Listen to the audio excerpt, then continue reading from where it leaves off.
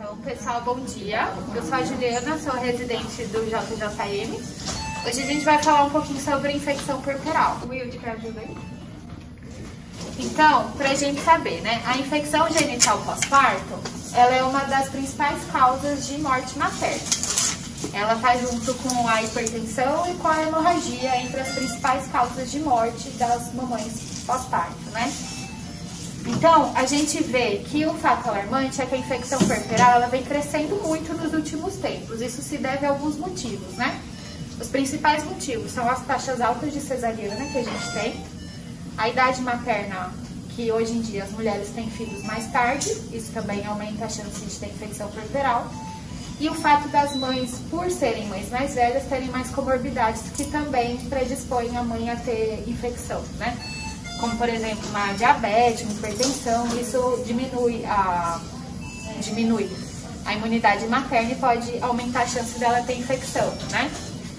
Nos países em desenvolvimento, a gente ainda tem o agravante da falta de educação sanitária, né? Dos pacientes em geral, da falta de instrução das mães no pré-natal. A mãe não tem obrigação de saber os cuidados pós-parto, ninguém nasce sabendo, né? E em alguns lugares o pré-natal ainda não é adequado nesse sentido. A gente faz o pré-natal visando a saúde durante a gestação e esquece que o pré-natal ele se encerra no final do puerpério. Então a gente tem que explicar para a mãe como vai ser o parto, quais os cuidados que ela tem que manter pós-parto, incluindo higiene, né? Pós-parto dela. E o sistema imunológico materno, ele também sofre alterações, né? A gente não pode esquecer que o bebê é um corpo estranho. Então, a imunidade materna, ela fica mais baixa para ela poder aceitar a gestação, né? Senão, a gente abortava todos, porque é um bebê, placenta, é tudo corpo estranho, né? Tem a imugenicidade do pai, né? A gente tem várias proteínas que não são nossas durante a gestação, que vieram do pai. Isso, se a mãe não tivesse uma queda imunológica, acarretaria rejeição do bebê. Como em alguns casos acaba acontecendo, alguns casos de aborto são por isso, mas na maioria das vezes a imunidade materna acaba não estranhando aquele bebê, tá? Então, a infecção pós-parto, ela atinge entre 5% e 7% das mulheres, né? Com taxas que são mais elevadas em mulheres que passam por cesariana. E aí a gente tem que saber que medidas muito simples, né, tanto no pré quanto no pós-cesárea, podem melhorar esse fato, né? Então a gente, lavando as mãos antes e após de manipular as pacientes, a gente tem que evitar exames vaginais desnecessários. Em hospitais que a gente tem, hospital escola, que tem residente, que tem interno, a gente acaba tendo taxas de infecções maiores, porque os toques vaginais são feitos com maior frequência. Quando a gente faz o toque vaginal numa paciente que está em trabalho de parto, essa paciente está com o colo do útero aberto.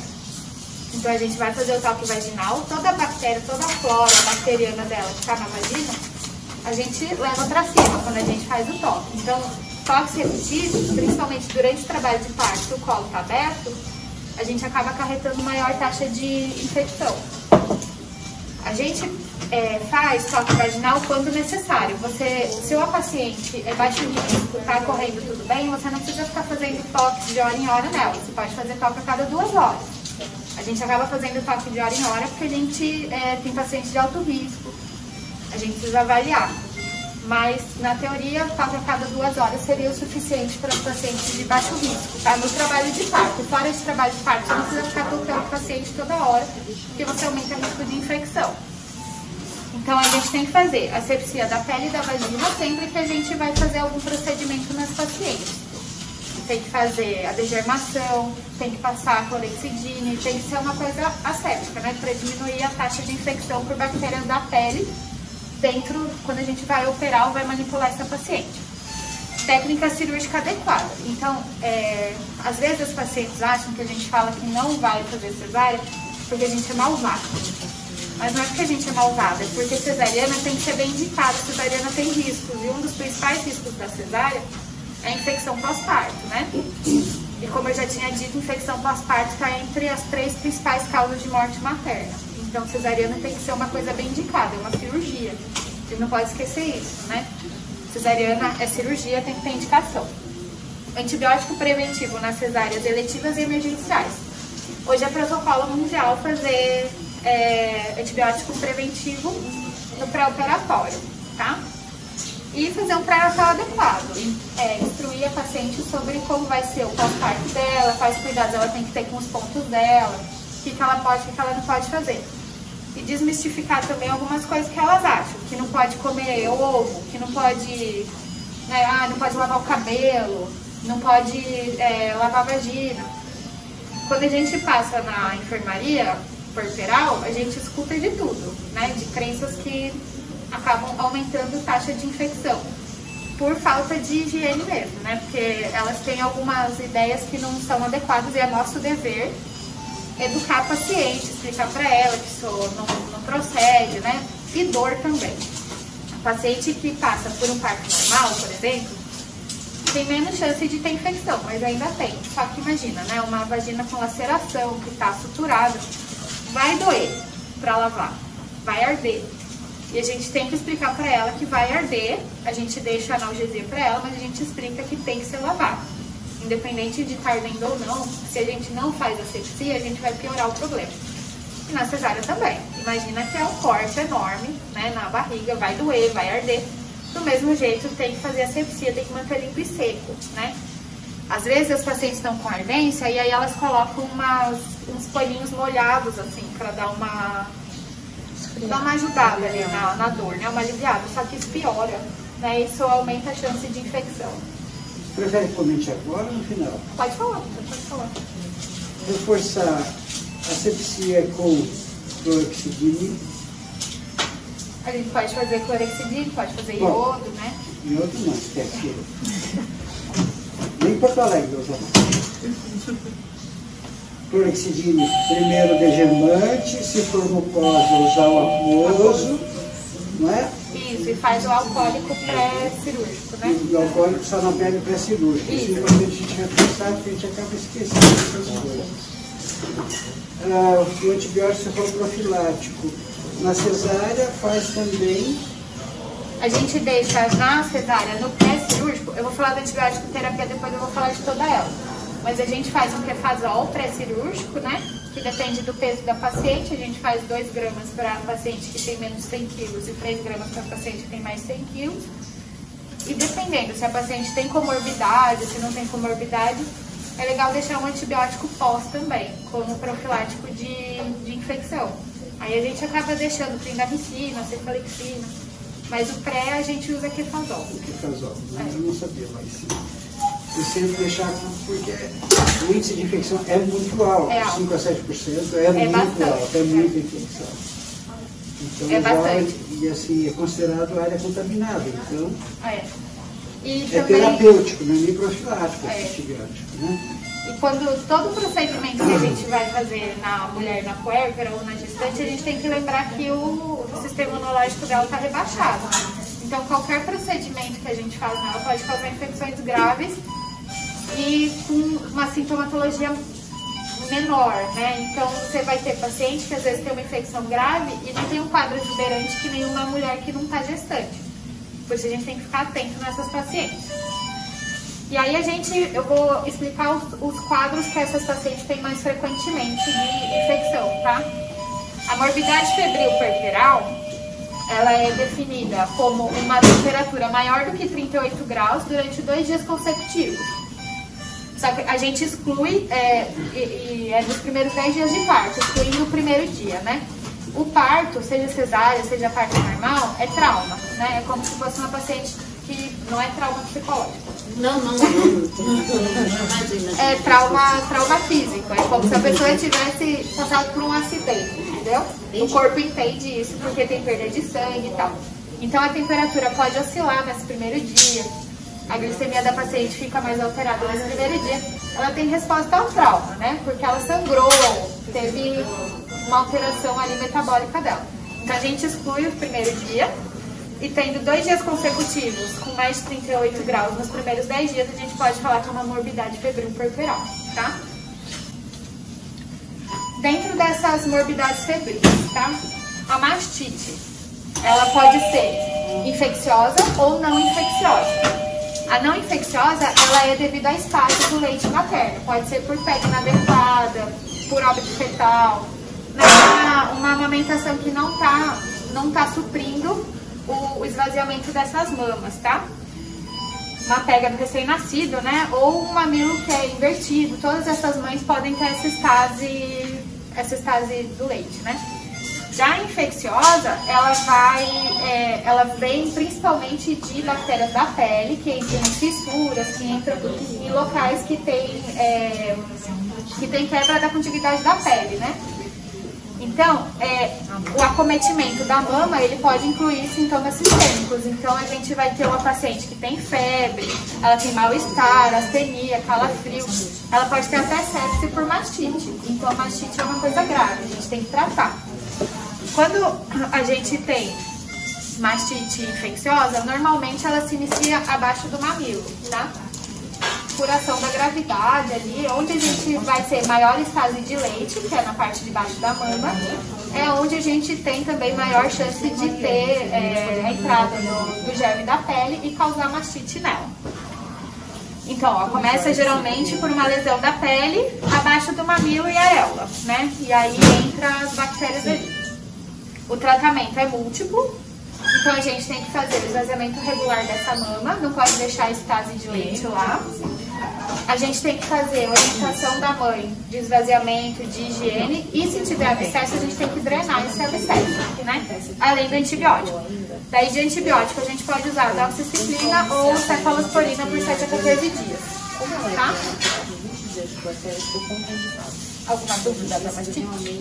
Assim, só reforçar uma posição, um aprendizado que eu tive com a doutora Laura, que você medir a temperatura embaixo do braço. Axilar não pode, tem que ser oral. Tem que ser oral. Então você está medindo a temperatura da mama e não tem que lembrar que o mamado do bebê é quentinho. Então não adianta você medir na axila porque você está medindo a temperatura do leite, você está medindo a temperatura da paciente. A temperatura axilar da puérpera é feita oral, né? Na Maria. Com aquele termômetro de mercúrio a gente fazia oral, né? Hoje a gente faz a medida sem tocar na paciente, né? Mas antigamente que tinha... Da mama. Principalmente quando tiver uma mastite, e retal também não adianta porque a região que passou por trauma vai estar mais quente, né? Tá inflamado, parto normal. Ou cesáreas são regiões que estão inflamadas, então é oral, porque vagina vai estar mais quente e mama tem leite, né? Então vai estar mais quentinho também. Tem que ser sempre oral, tá? Da infecção urinária, né? A gente tem fatores de risco para infecção urinária puerperal. De novo entra a cesariana, porque quando a gente vai operar a paciente, a gente passa uma sonda vesical nela. E isso é o principal fator de risco para infecção urinária, tá? Na cesariana, no parto operatório é o parto que a gente faz fórceps ou vácuo. Muitas vezes a gente tem um bebê, por exemplo, que está transverso, a gente loca o nosso fórceps e roda a criança. Você imagina que você está dentro de um espaço pequeno, que tem vagina, logo em cima tem a parede vaginal anterior, que tem bexiga e tem uretra. Tá, entendi. Será que machuca? Deve machucar, né? Então, parto operatório também, por trauma, pode acarretar infecção urinária na paciente, tá? E aí também a gente reforça porque a gente tira a sonda tão rápido aqui. Assim que dá para tirar, tira. Nas gravidezes CH a gente vê isso, o nosso índice de infecção urinária por sonda aqui é 0. Teve alguma coisa na fase de Covid, mas é 0 a nossa infecção por sonda. Por esse motivo. A gente tira assim. Tem que ser tirado assim. Não pode usar forte, usar e deve usar. Mas tirar o mais cedo. Mesmo o paciente que está acamado aqui, a gente não precisa ficar quantificando diurese, a gente pode usar. Pode usar pomada, por exemplo, ela não precisa ficar sondada, né? Porque a sonda é fator de infecção da paciente, né? Aí as pacientes que recebem anestesia peridural por estase urinária, né? A paciente fica um tempão sem conseguir urinar quando toma anestesia, fica sondada. Então as anestesias, né? São fatores de risco. A geral não, porque a geral a paciente não tem retenção urinária, né? É na peridural e na raça. E pacientes que são mais obesas também têm maior risco de fazer infecção urinária, assim como qualquer outra infecção, tá? E aí também mais para você, para ter conhecimento. Tem basicamente 2 tipos de sonda vesical. Umas que são por silicone e outras que são mais látex. E tem vários mix aí. Claro que é só látex é mais barato, então é que você mais vai encontrar por aí. Se você pegar sondas de longa permanência, são sondas de silicone, porque ele não adere, a bactéria não consegue aderir à parede. Então, pensa assim, é longa permanência, escolha uma sonda de silicone. Tá? Ou siliconada, porque às vezes ela é de látex recoberta com silicone também. Tem outra possibilidade que tem. Não é o nosso não, tá? Mas existe. A gente tem, hoje em dia disso, mudou o fio do DIU, né? O fio do DIU antigamente, ele não era um fio tão liso, a gente tinha maior aderência bacteriana, fazia o filme bacteriano, elas subiam, fazia mais DIP, né? Hoje o fio do DIU é um fio que também não permite aderência, né? Então a gente tem menos DIP com DIU hoje também. Eu acho que é o mesmo raciocínio. Então, o tratamento ele tem que ser individualizado, baseado nos sintomas da paciente, nos fatores de risco dela e pela urocultura. Sempre que a gente tem uma paciente com infecção urinária ou suspeita de infecção urinária, a gente tem que lembrar de, antes de fazer a primeira dose de antibiótico, coletar a urocultura, tá? Aí o esquema terapêutico, o que ele inclui? A primeira linha, que é compatível com a amamentação. A gente pode fazer nitrofurantoína ou fazer um Bactrim, via oral, né? Se é uma infecção urinária mais leve. Agora, se é uma pielonefrite aguda corporal, o tratamento tem que ser feito endovenoso. E aí, a gente faz esse tratamento, a gente tem mania de fazer esse tratamento 7 dias, 10 dias. Mas pelo livro, o certo é você fazer até 24 horas depois que a paciente não tem mais febre. Então, se você tratou 5 dias, a paciente já está sem infecção, sem febre, há 24 horas, na teoria, você poderia suspender o tratamento dessa paciente. Não é bem o que a gente vê na prática. A gente tem tirado com 5 dias. Com alguma frequência, hoje, a gente está com menos medo de tirar. Até pneumonia, outras infecções, a gente tirava só com 7 a 14 dias. Né? Hoje já faz um tratamento mais curto. Alguns com 5 dá para tirar. E aí a gente tem as drogas empregadas. A gente pode usar a ceftriaxona, né, que a gente faz 1 a 2 gramas, ou uma aminoglicosídeo, a gentamicina, 120 miligramas. A preferência é fazer dose única diária, tá? E aí a gente tem o que a gente tem mais medo no puerpério, que é a endometrite puerperal. A endometrite puerperal, ela é causa grave de morbidade e mortalidade materna. É causa, sim, uma das principais causas de histerectomia puerperal, né? E pro GO, uma mulher jovem, saudável, perder o útero antes de ter prole constituída é um desastre, né? Então, assim, a endometrite pós-parto, ela é a infecção da decida. Decida é o endométrio do puerpério, né? O endométrio é como se o útero fosse uma sala e o endométrio fosse um papel de parede. Então, é uma camada que o útero todo mês vai lá e troca esse papel de parede e joga fora. Na gestação, ele não troca o papel de parede dele, é um papel de parede um pouquinho mais grosso do que o papel de parede da menstruação. Então, a gente chama de deciva, tá? Então, a OMS, ela vai definir a endometrite puerperal como uma infecção do trato genital que pode ocorrer entre qualquer momento da ruptura de membrana. Você não precisa ter endometrite puerperal só depois que o bebê nasce. Rompeu o bolso, a paciente está fazendo febre, você pode considerar isso como endometrite puerperal, como endometrite, né? Puerperal depois que o bebê nasceu, obviamente. Mas a endometrite você já pode, paciente em trabalho de parto, com bolsa rota, que tem febre, ou que tem sinais flogísticos do líquido, tem um líquido que é purulento, ou que tem cheiro, ou que você toca a paciente e você sente uma vagina mais quente do que o normal, você pode já começar a desconfiar de endometrite, tá? Então, você pode ter endometrite a partir do momento da ruptura de membrana até 42 dias depois do parto, que é quando a gente acaba nosso puerpério, né? E aí, a gente tem que ter febre e um ou mais dos seguintes sintomas que vão estar presentes. O paciente vai ter dor pélvica. Às vezes tem paciente de trabalho de parto que tem bolsa rota. Eu outro dia peguei uma lá em cima, bolsa rota há 30 dias. Ela não achou importante consultar quando ela rompeu o bolso. 30 dias depois ela chegou em trabalho de parto e você não conseguia tocar na barriga dela.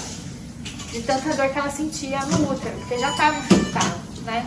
Já tinha endometrite, já tinha miometrite, já era um útero que estava comprometido, né?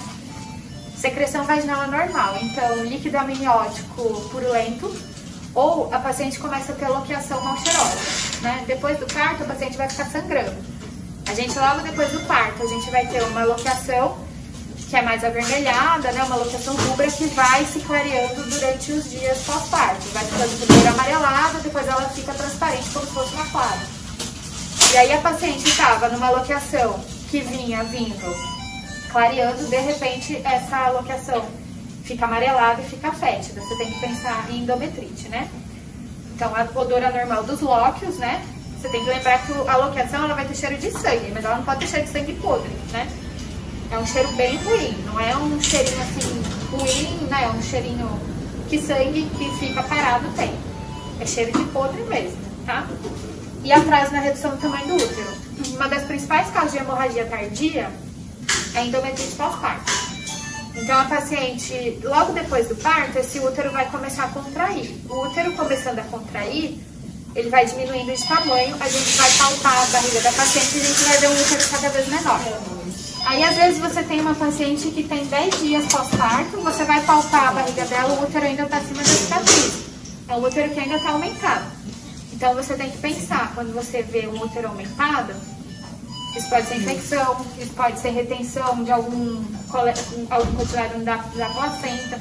Você tem que começar a aventar algumas possibilidades para um útero aumentado, né, no pós-parto. Então, quais são os fatores de risco para endometrite? De novo, o principal fator de risco é a cesárea, tá? Você vai abrir, você vai manipular o endométrio. Então, ali é o principal fator de risco, tá? Especialmente se ela for feita em trabalho de parto. E aí, a cesárea no trabalho de parto, a cesárea intraparto, ela aumenta 5 vezes mais do que uma cesárea letiva. Isso porque no trabalho de parto, o colo do útero está aberto. Então, você vai ter comunicação, né? Entre vagina e útero. Quando a gente está fazendo a cesárea, uma das técnicas adequadas de fazer essa cesárea, a gente tirou a placenta, a gente faz a limpeza, né? A gente passa compressa, a gente tira tudo que tem ali dentro do útero para não ficar resto placentário, para diminuir o sangramento. Quando você pega a sua compressa e passa dentro do colo do útero, a gente passa, você faz em cima e faz embaixo. Você passou essa placenta, essa compressa para baixo, para tirar sangue, para tirar resto que tem no colo, essa compressa vai para o hamper. Essa compressa não volta pra cima, não vai pra cavidade, não vai pra lugar nenhum. Essa compressa saiu do colo, ela vai pro hamper. Ela é desprezável. Porque todas as bactérias da vagina têm comunicação com o colo nesse momento, porque o colo tá aberto, né? Então, a gente vai ter a profilaxia com antibiótico, né? Que é a prática universal agora da cesariana bem feita, né? Se a gente não realiza, as infecções elas triplicam, tá? E os fatores, a gente também tem fatores de risco pré-operatório. Uma paciente que é diabética, que é obesa, que usa corticoide sistêmico, uso prolongado, né? Se a paciente é tabagista, se ela já tinha alguma infecção quando a gente foi operar, então a paciente que tem coreamnionites e a gente vai operar, a gente sabe que essa paciente tem maior risco de fazer endometrite pré-operal. Se é uma paciente que tem vaginose, né? Então a gente tem a flora normal da vagina que já aumenta o risco. Se a gente tem uma flora anormal, aumenta muito mais o risco se a paciente tem uma vaginose, né? Uma desbiose vaginal. E também o tempo de procedimento cirúrgico. A gente faz cesárea rapidinho, não é porque a gente está com pressa, é porque o tempo cirúrgico aumentado aumenta o risco tanto de infecção, quanto de atonia uterina, quanto perda sanguínea. Vocês já assistiram uma cesárea? Já viu quanto sangra? Então tem que ser... Vai correndo, é direito, mas tem que ter um tempo cirúrgico adequado. Não dá pra ficar pensando na morte da bezerra quando tá fazendo a cesárea, né? Porque a paciente aumenta o risco de infecção, aumenta o sangramento, aumenta o risco de atonia, aumenta o risco de ter um advento não favorável, né? Com essa demora de fazer a cirurgia. E o uso de material também. Quando a gente usa materiais que não são adequados, né? Fios que não são adequados, isso aumenta a chance de infecção da paciente também, né?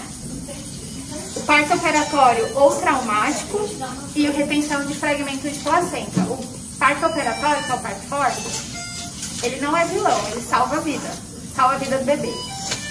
Às vezes a gente tem um bebê que tá lá embaixo, tá em mais 3, mais 4, né, quase saindo pela vulva, a mãe tá exausta, não consegue mais fazer força. O fórceps dele não é vilão. As pessoas têm a mania de perguntar: por que vocês não fizeram uma cesárea? Você precisou fazer fórceps? Porque às vezes o bebê tá tão lá embaixo que se você abrir para tirar, você vai causar um trauma maior do que se você alocar. E também porque o fórceps, às vezes, ele é o mais rápido. Sempre que a gente tem um sofrimento fetal, que a gente tem alguma alteração do feto, a gente tem que tirar ele pela via mais rápida. E às vezes a via mais rápida é o fórceps ou é o vácuo. Então não é pra gente achar que o fórceps é malvadeza do GO. O fórceps é para salvar a vida do bebê. Então, às vezes a gente tem que fazer, né? Tem indicações também. Só que ele também aumenta o risco de infecção. Tanto pelo fato do trauma, né, do fórceps, porque são 2 colheres de ferro que entram na vagina para tirar um bebê, quanto pelo fato de ser um material, apesar de estar estéreo, né, é um material que a gente vai inserir na vagina com o colo do útero aberto, tudo isso, né. Então, os partos, né, que são traumáticos ou operatórios e a retenção de fragmento. Quando a gente tem retenção de fragmento da placenta dentro do útero, o colo do útero fica aberto e a paciente fica sangrando, né? Isso aumenta o risco. Então, por isso que às vezes a gente faz curetagem corporal. Esse fragmento, às vezes, não solta sozinho. E o fato de ter fragmento lá dentro é o que aumenta, né, a paciente ter infecção. Hemorragia pós-parto também é infecção, fator de risco para infecção, tá? Anestesia geral, parto por cesariana para gestação múltipla, idade materna jovem e nuliparidade, indução prolongada do trabalho de parto, obesidade e líquido amniótico com mecônio também são fatores de risco, tá?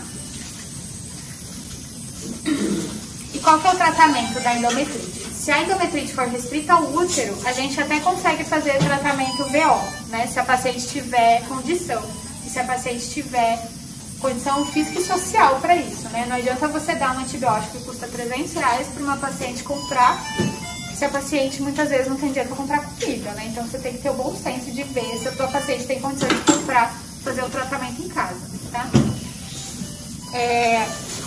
Se a paciente estiver amamentando, isso ajuda a tratar a endometrite, porque a amamentação libera a ocitocina, que faz a contração uterina, né?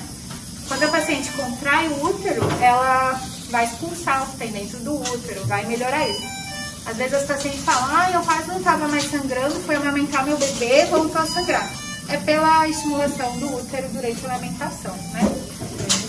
Para infecções que são moderadas ou graves, a gente tem que fazer terapia intravenosa, né? E aí a gente faz com regime antimicrobiano de amplo espectro.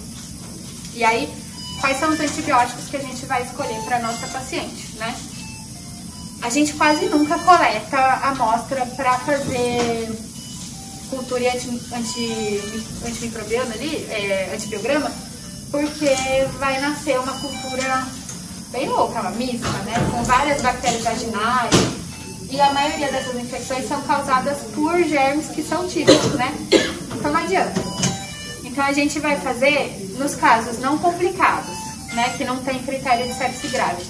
A gente usa clindegenta, né, da paciente. Então, gentamicina, 240 miligramas, se a paciente pesa até 70 quilos, ou 320 miligramas se a paciente pesa acima de 70 quilos, e V dose única diária. E a clindamicina, 600 de 8 em 8, tá? Tem gente que faz 600 de 6 em 6, tem gente que faz 900 de 8 em 8. 6 em 6.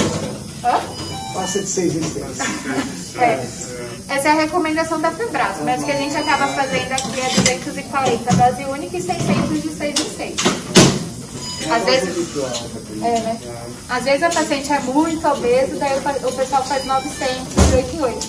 Só que eu nunca vi fazer 320 diário. Eu só vejo 240. E a gente tem várias pacientes que pesam mais de 70 quilos, né? Isso, não sei se a gente adota ou não adota.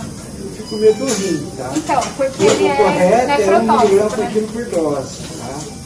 Essa é a dose correta, 1 miligrama por quilo por dose, quando é de 8 em 8. No caso de 240, você está fazendo 3 miligramas por quilo por dia, né? Uhum. Mas a dosagem do aminoglicosídeo é miligrama por quilo. Então é melhor fazer 240. O correto é subir a dose. Entendi. Vai subir a dose, vai para 320 para as mais obesas, sim. Porque a recomendação da Febrasgo para o tratamento da endometrite sem sepse grave é essa, né? E tenha medo do rim, viu? Porque a gente ensina em rim não se dá o bem. Tem que fazer controle de função renal, né? Quando tá tratando. Porque elas fazem normalmente 3 a 5 dias de gentamicina e 7 dias de clinda. Aí quando a gente termina a gentamicina com 3 a 5 dias, a paciente está melhor, os exames estão melhores, a clínica está melhor, a gente manda para casa com clindamicina VO, para quem tem condição, né? Mas o ideal é fazer um exame de função renal antes de mandar ela embora, né? A gentamicina sempre vigia, por causa da insuficiência renal. A gente via muita insuficiência renal por gentamicina, mas tratava do endocardite, que aí usava mais tempo, aí dava mais insuficiência renal, dia a dia, inclusive. E outra coisa, a insuficiência renal da gentamicina era sempre não oligúrica. Então às vezes você nem tem sinal. Não espere oligúria nela, tá? Tá. Então vai ter que dosar mesmo antes da alta. Fazer uma pré e uma pós-genta, então. Coisa sempre a creatinina. Mas agora você aprendeu a valorizar a creatinina, né? Agora eu vou cortar de todo mundo. Chegou no PA, trabalho de parto, creatinina. Creatinina. E a sepse puerperal. Né? Então, os quadros infecciosos que são mais associados à sepse podem ser divididos em obstétricos e não obstétricos. Porque a gente não pode achar que a mulher, depois que foi mãe, ela é uma entidade obstétrica, né? Ela continua sendo um ser humano. Então, ela pode ter outras infecções que não obstétricas, né? A gente tem a mania de achar que a mulher que acabou de ter nenê é um grande útero, né? E não é. Ela continua tendo pulmão, ela continua tendo meningite, né? Ela pode ter outros focos de infecção que não obstétrico, né? Então, o primeiro grupo, né, que são as não obstétricas, ela engloba principalmente a pneumonia, né? A ITU, que não é obstétrica, tá? Tem uretra na vulva, mas não é obstétrica. Apendicite, que a gente já viu casos graves de apendicite puerperal, né? Colecistite, a gente tem que lembrar que a paciente que tem a gestante apuérpera, pelo aumento da progesterona, ela tem maior estase, né, da bile. Então ela está mais propensa a fazer cálculo, está mais propensa a fazer colelitíase, coledocolitíase, e por ter cálculo ela está mais propensa a fazer colecistite aguda, tá? Então, as pacientes que têm HIV, né, têm maior predisposição a fazer sepse puerperal por outros motivos. E as pacientes que têm também no nosso país, não no nosso estado, mas mais nos estados do norte, as pacientes têm muita malária, né? Então, muitas pacientes têm febre, têm sepse por malária. Pelo fato da imunidade cair, ela já tinha malária, ela pode ter uma sepse por malária. Eu acho que eu nunca vi malária, mas... Enfim, como a aula vai pro YouTube, vai que alguém no norte assiste, vai lembrar da malária lá em cima, né? E aí, a gente tem as que se relacionam à gestação. Coriomiionite, tromboflebite pélvica séptica, aborto infectado. A gente já teve pacientes graves aqui também com aborto infectado. Teve uma paciente que parou depois de uma cureta. Né, lá em cima. Eu curetei a paciente, terminei a cureta, fui descrever, o anestesista gritou, meu Deus, alguém, a paciente parou. Aí correu todo mundo, porque era um aborto muito infectado, né? E a paciente fez sepse e parou. E a gente tem também as relacionadas ao parto, né? Que a gente tem a endometrite pós-parto, a infecção da epísio, a infecção da parede uterina ou uterina depois da cesárea, né? A miometrite. E a gente faz também procedimentos invasivos. Você sabe o que é cerclagem uterina? Quando a paciente tem um colo que abre antes da hora, que a gente chama de incompetência cervical, essa paciente começa a ter, primeiro ela tem partos prematuros, depois vai ficando cada vez mais cedo. A gente chama isso de incompetência cervical. Nessa paciente a gente faz um procedimento que chama cerclagem, que a gente amarra o colo do útero dela. Então a gente passa uns pontinhos no colo do útero, faz como se fosse uma bolsinha que fecha. A gente amarra o colo do útero dela e só abre quando o bebê já está pronto para nascer. Ou se ela está em trabalho de parto, né? Se você deixar uma cerclagem fechada com uma paciente em trabalho de parto, você amputa o colo dela. Mas enfim, uma paciente que não entrou em trabalho de parto, deu 37 semanas, eu corto o meu fiozinho e o bebê nasce. Isso chama cerclagem, só que a cerclagem é um procedimento invasivo, né? E às vezes a gente quer muito salvar um bebê que a bolsa já está dentro da vagina, por exemplo. Um colo que abriu, veio uma bolsinha para dentro da vagina. Aí a gente fica muito tentado a empurrar aquela bolsinha de volta e fechar o colo. Só que a gente tem que lembrar que aquela bolsinha passeou na vagina. E a gente vai colocar ela para dentro e vai fechar. Essas cerclagens que são muito heróicas, assim, às vezes acabam dando ruim. A miniotomia também é procedimento invasivo, tá? E a miniocentese também, tá? Romper bolsa, sem indicação, não pode. A gente tem a rotura prematura de membranas, natural, e a gente tem a miniotomia, que é feita durante o trabalho de parto. A gente às vezes faz para estimular o trabalho de parto, ou faz porque tem um bebê nadando no líquido, não força o colo. O ideal é você fazer a miniotomia da paciente quando ela já está pelo menos com 7, 8 centímetros, né? Que já está no final do trabalho de parto. E a miniocentese, que é fazer a punção do líquido durante a gestação. Às vezes a gente precisa, né, para fazer algum diagnóstico, às vezes a paciente tem um polidramine horrível, mas está na hora do bebê nascer, a gente tira um pouquinho de líquido. Essas amniocenteses também causam infecção, tá? Podem causar, né? E fascite necrotizante, a gente já teve também. A Nathalie teve fascite necrotizante da área cirúrgica, né? Então, não faz intradérmico na puérpera. Fica bonito, mas não faz. Então, os quadros de sepse de origem obstétrica são, em geral, polimicrobianos, que nem eu tinha falado. Então, não adianta muito ficar fazendo cultura de quadro de origem obstétrica, né? E as gram-negativas são as mais frequentes. O Streptococcus do grupo A é o principal agente que é ligado à morte materna. Então, quando a gente tem estrepto do grupo A, a gente tem uma chance materna, e só o estrepto A de todas as mortes maternas está presente em 50% delas. Não é que a paciente que tem estrepto A tem 50% de chance de morrer, é que de todas que morreram, 50% tinham esse germe isolado, tá?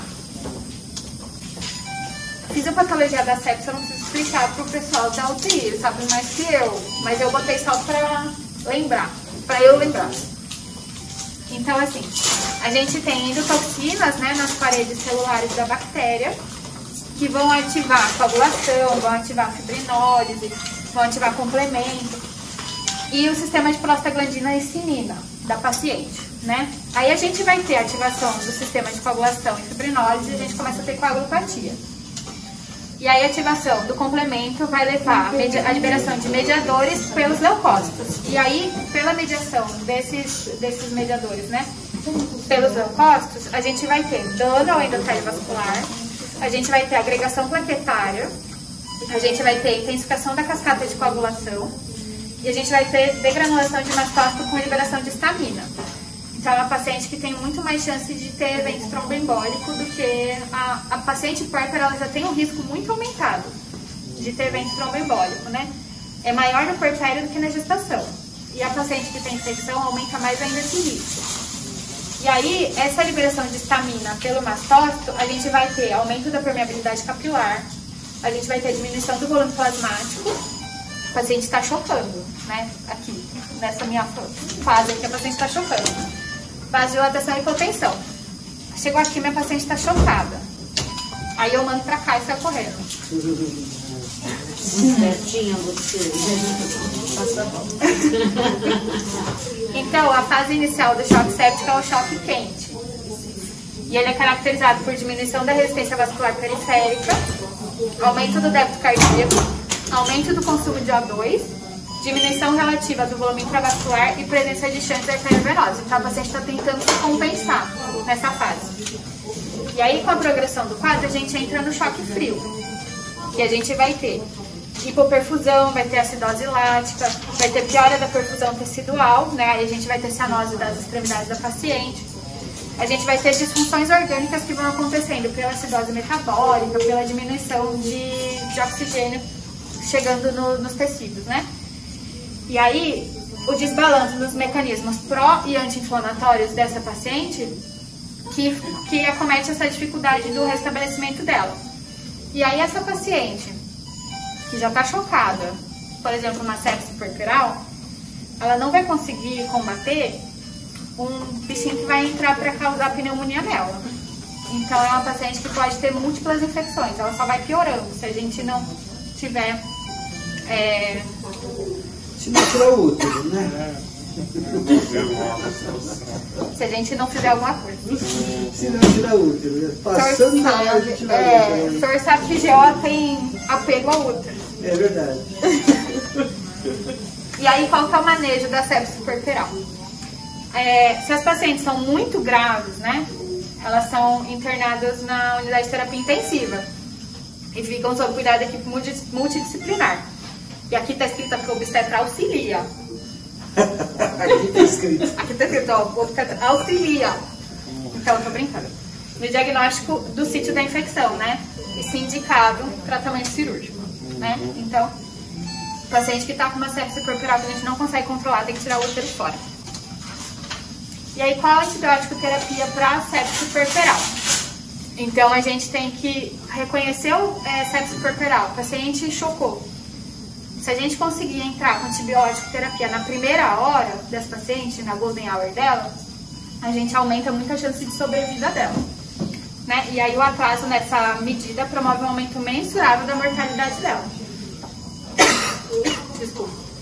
Então, a maioria das infecções pélvicas polimicrobianas, a gente pode fazer associação de ampicilina ou penicilina, genta e metronidazol. Tem que lembrar que tem gram negativo, né? Então a gente auxilia metronidazol junto.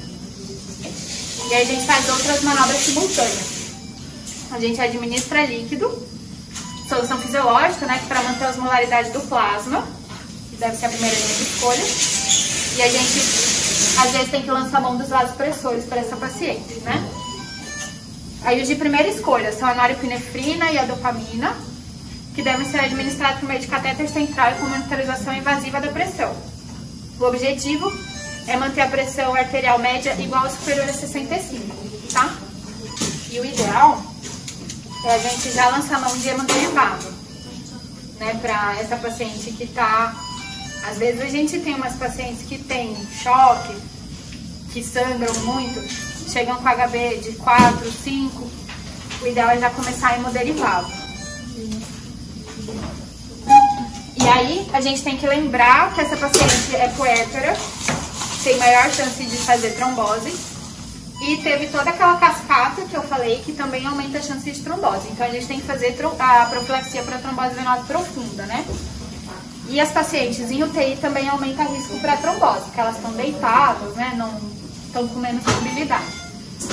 Daí, quando a gente tem contraindicação ao uso de heparina, a gente usa medidas não farmacológicas, como a compressão intermitente de panturrilha. Eu nunca vi. Aí é uma calça própria para isso. Tem bolsa pneumática também que acaba ajudando. Bota pneumática também. Depende muito do serviço onde a gente está. Mas tem condições de fazer. Que deve ser legal, né? Em último caso, a gente bota um filtro de cava no paciente. Se precisar, é o que tem. Então, a conclusão, né? Falando de novo que a infecção, a hemorragia e a hipertensão são as principais causas de morte materna. Morte materna é uma tragédia, uma desgraça sem tamanho, tanto para o GO como para toda a equipe da maternidade. Ninguém entra na maternidade com o bebê na barriga pensando que vai sair, que pode sair morta, que pode sair sem o bebê. Claro que isso vai acontecer vez ou outra, mas a gente quer diminuir isso ao máximo possível. A gente faz GO, a gente faz da equipe da maternidade, porque a gente gosta de trabalhar com vida. Então a gente não quer, de maneira nenhuma, que isso aconteça. E tem medidas super simples que a gente pode fazer que vão diminuir o risco dessa nossa paciente ter infecção. Então a gente vai lavar as mãos, a gente vai evitar toque vaginal desnecessário, a gente vai fazer asepsia da pele da vagina para qualquer procedimento invasivo que a gente for fazer nessa paciente. A gente vai ter uma técnica cirúrgica adequada. A gente vai falar não para cesárea algumas vezes. Tem muita paciente lá em cima que fica desesperada e quer cesárea, quer cesárea, quer cesárea. A gente fala que não, E a paciente acha que a gente é malvado. Pra mim é muito mais fácil pegar ela, levar pro centro cirúrgico, arrancar fora o bebê e fechar a barriga dela e mandar ela pra recuperação, do que ficar ali um tempão com ela no trabalho de parto. Só que às vezes o que falta é a educação, não a educação de ser educado, mas a educação de ter o conhecimento de que cesárea é uma cirurgia, né? E que cirurgia tem risco e que não é o melhor para ela. Quando for o melhor para ela, a gente tem que saber indicar também, né? A gente não vai deixar um bebê morrer ou uma mãe morrer por não fazer cesárea, mas tem indicação. E os antibióticos preventivos nas cesáreas que são eletivas ou emergenciais, né? E o principal, né? O pré-natal adequado. O paciente tem que ser educado durante o pré-natal. O pré-natal não serve só para pedir e olhar exame. O pré-natal serve para a paciente saber o que está esperando ela. Né? Isso é um papel do GO ou do clínico do posto ou da equipe de enfermagem que faz também os pré-natais de baixo risco no posto, que está deficiente. A gente vê as pacientes chegando aqui sem ter a menor noção do que vai acontecer. E às vezes, dentro da maternidade, a paciente com dor, a paciente assustada, não é um momento que você consegue educar ela melhor quanto a isso, porque ela não vai nem ouvir muitas vezes o que você está falando para ela. Então a gente tem que ensinar as pessoas a fazerem um pré-natal adequado para as pacientes. Prevenir doença, tratar a doença para diminuir risco de infecção faz parte também, mas a educação da paciente é um dos principais pilares para a gente conseguir a cooperação dela nesse momento. E aí a gente vai voltando feliz, bonitinho. Sarou. Sarou, meu. Obrigada. Valeu.